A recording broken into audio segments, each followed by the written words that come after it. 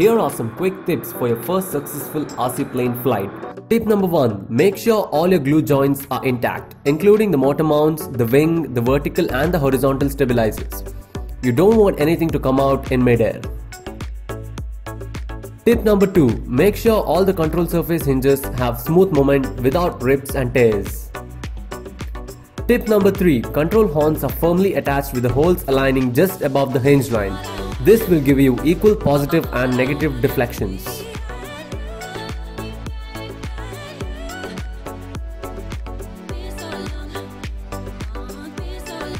Tip number 4. Servos are centered before connecting the push rods, and make sure your transmitter trims and sub-trims are at 0.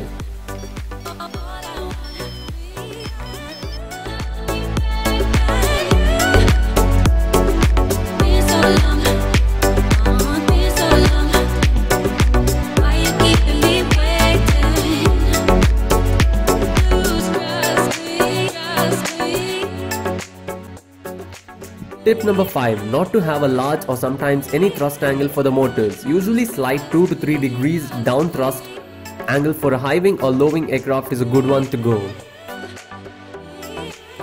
Tip number 6. Make sure to set the balancing point in a slight nose heavy attitude.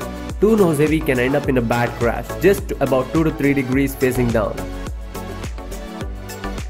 Tip number 7. Make sure to check your battery voltage before flight. At least 4 volts per cell is a good one to start.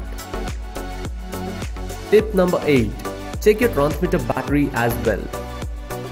Before getting to the tip number 10, if you haven't subscribed to the channel yet, make sure to subscribe and hit the bell icon for latest updates of our new uploads. So tip number 9. Make sure your control surfaces are deflecting in the right direction for your transmitter inputs. If not, just reverse channels in your radio.